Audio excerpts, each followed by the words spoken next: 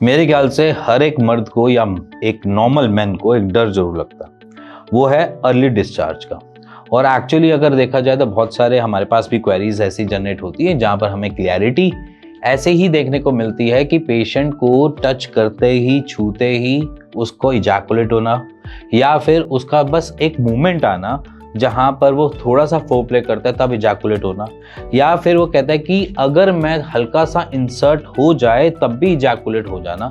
अगर आपके साथ भी कुछ ऐसा चल रहा है और आप भी चाहते हैं कि इससे ओवरकम किया जाए तो इस वीडियो को जरूर देखो। सो बेसिकली क्या है कि there are lots of things जिसे मैं आज आपके सामने क्लियर करना चाहता हूँ कि जिसकी वजह से हम देखते हैं कि अराउजल होते ही हमारा इजैकुलेट हो जाना।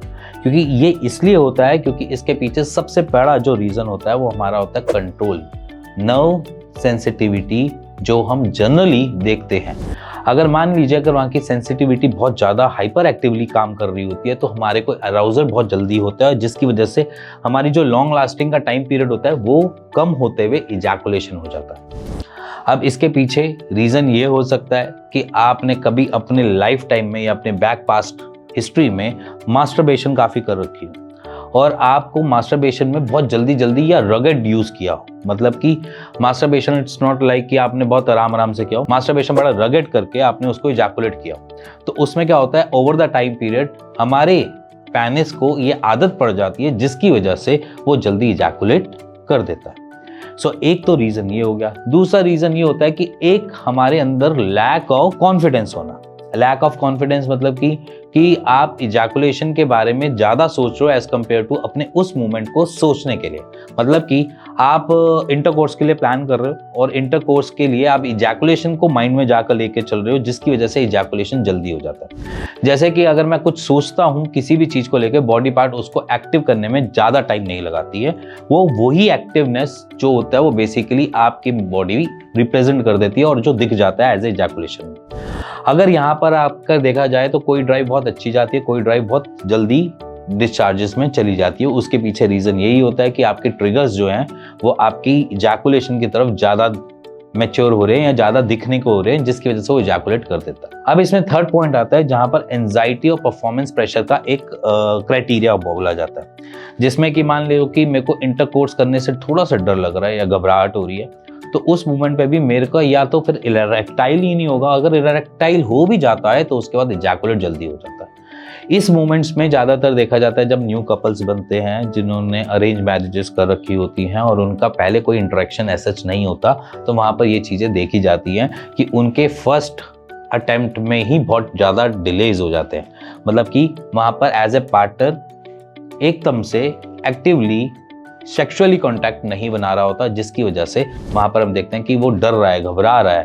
एज इन मेल बॉडी घबरा रही होती है, फीमेल तो नहीं एज सच घबरा रही होती, बट वहाँ पर मेल बॉडी घबरा रही होती है। उसी की वजह से हम जल्दी इजैकुलेट कर देते हैं। ये performance pressure as in athletes में भी देखा जाता है कि जब उनका कोई मेन इवेंट आता है तो उससे पहले वो घबरा रहे होते हैं कि मैं जीतूंगा या हारूंगा, या जीतूंगा या हारूंगा। तो उस मोमेंट पे वो थोड़े से नर्वस हो जाते हैं, जिसकी वजह से वो अपनी परफॉर्मेंस में लैक हो जाते हैं। सेम यहाँ पर भी सेम क्राइटेरिया होता है कि मान लीजिए आप नर्वस हो रहे हो, आप अपनी हार और जीत के ऊपर डिपेंड हो रहे हो कि मैं जीतूंगा या हारूंगा या सामने वाला क्या सोचेगा क्या नहीं सोचेगा, जिसकी वजह से आपकी परफॉर्मेंस वहां पर नहीं हो पाती। तो इसीलिए परफॉर्मेंस प्रेशर हो, चाहे आपका ज़्यादा मास्टरबेशन हो, आपका पेनाइड नर्वस सिस्टम जो है वो थोड़ा सा वीक हो, ये तीनों क्राइटेरिया में देखते हैं कि अर्ली डिस्चार्जेस हो जाते हैं। अब इन ट्रबल्स में सबसे पहली मिस्टेक जो एक नॉर्मल आप या मैं कर सकते हैं तो वो क्या कर सकते हैं। सबसे पहले हम डिले स्प्रेज यूज़ कर सकते हैं कि हमारा इजैकुलेट जल्दी होता है तो हम डिले स्प्रे यूज़ कर लें, ठीक है। या दूसरा हम यहाँ पर वायग्रा जैसी चीज़ों का यूज़ कर सकते हैं, सिल्डेनाफिल या फिर टडालाफिल जैसे ड्रग्स को यूज़ करके इन सारी चीज़ों में और ज़्यादा इंडल्ज हो सकते हैं, जिसके बाद जो इसके दिक्कतें जो होती हैं वो अलग लेवल की होती है कि जहाँ पर हम इजैकुलेशन या इरेक्टाइल के लिए डिपेंडेबल हो जाते हैं कि जब तक वो मेरे को पिल नहीं मिलेगी तब तक हमसे इंटरकोर्स ही नहीं हो पाएगा या फिर इरेक्टाइल ही नहीं हो पाएगा, जिसकी वजह से बाद में जाकर हम किसी बड़ी प्रॉब्लम में फंसते हैं, एज इन ब्लड प्रेशर के शिकार होते हैं या फिर एज सच कोई दिक्कत में फंस जाते हैं, जिसकी वजह से हम उसमें से निकल ही नहीं पाते। सो इसीलिए मैं चाहता हूँ कि अगर आप कुछ ऐसी चीजें कर रहे हो तो आप प्लीज उस पर थोड़ा सा रुक जाओ। अब चाहो भी आप ऐसी कोई चीज प्लान कर रहे हो या फिर आप कर रहे हो तो उसमें थोड़ा सा होल्ड करो। क्योंकि आज जो मैं आपको बताने जा रहा हूँ एक हर्ब के बारे में, वो इन सब टोटली चीज़ों पे काम कर जाती है। उसका नाम है सफ़ेद मूसली। आपने सुना भी होगा, बहुत रेमेडियल एक्टिविटीज़ में या रेमेडियल चीज़ों में बताया भी जाता है कि सफ़ेद मूसली लो, ये लो करो, वैसे करो।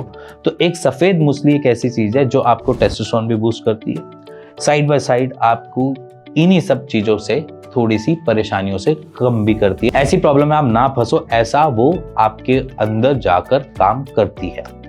सो इसीलिए अगर आज से अगर आप सफ़ेद मूसली या शिलाजीत जैसी चीज़ों का यूज़ करना चालू करते हो, उससे आपको बेटरमेंट मिलता है। एज एन आपके जो इंटरकोर्सेज है वो भी सही लंबे और टाइम पे होंगे, और दूसरा जो इरेक्टाइल होने की थोड़ी सी जो प्रॉब्लम है वो भी आपकी इसी 2 चीज़ों से सॉर्टेड हो जाएगी। तो इसीलिए आज से स्टार्ट कर सकते हो आप अपना शिलाजीत और साइड बाय साइड सफ़ेद मूसली। सो इसी के साथ मिलते हैं नेक्स्ट वीडियो के, तब तक good bye and take care. तब तक सफ़ेद मूसली और शिलाजीत खाएं और अपने आप को तंदुरुस्त बनाएं।